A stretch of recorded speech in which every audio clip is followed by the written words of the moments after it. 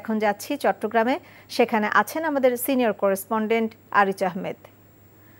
আরিচ, শোভাযাত্রা কি এখনো চলছে? নাসরিন, আপনি যেটা বলছেন যে এই দেশের বৃহত্তম এই শোভাযাত্রাটি চট্টগ্রামে শুরু হয়েছে। মহানবী সাল্লাল্লাহু আলাইহি ওয়াসাল্লামের জন্ম এবং ওফাত দিবসকে সামনে রেখে এটি 52 বছর ধরে এটি পালিত হয়ে আসছে। এই বছর এটি 53 বছরে পা দিয়েছে।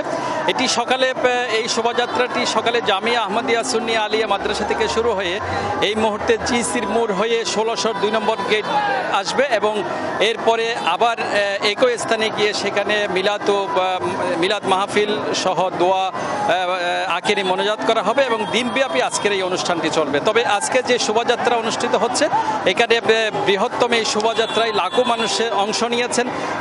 এই চট্টগ্রামের যে মূল সড়ক আছে, এই মূল সড়কের দুই সড়ক জুড়ে আসলে হাজার হাজার মানুষ এখানে এই শোভাযাত্রায় অংশ নিয়ে এবং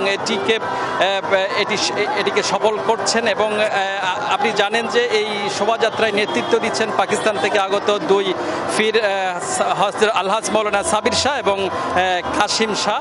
এরা দুইজন নেতৃত্ব দিচ্ছেন এবং এটি পথে পথে তাদেরকে আসলে ফুল দিয়ে এবং বিভিন্নভাবে তাদেরকে সংবর্ধিত করছে আশিকে রসুল এবং সাধারণ মানুষজন।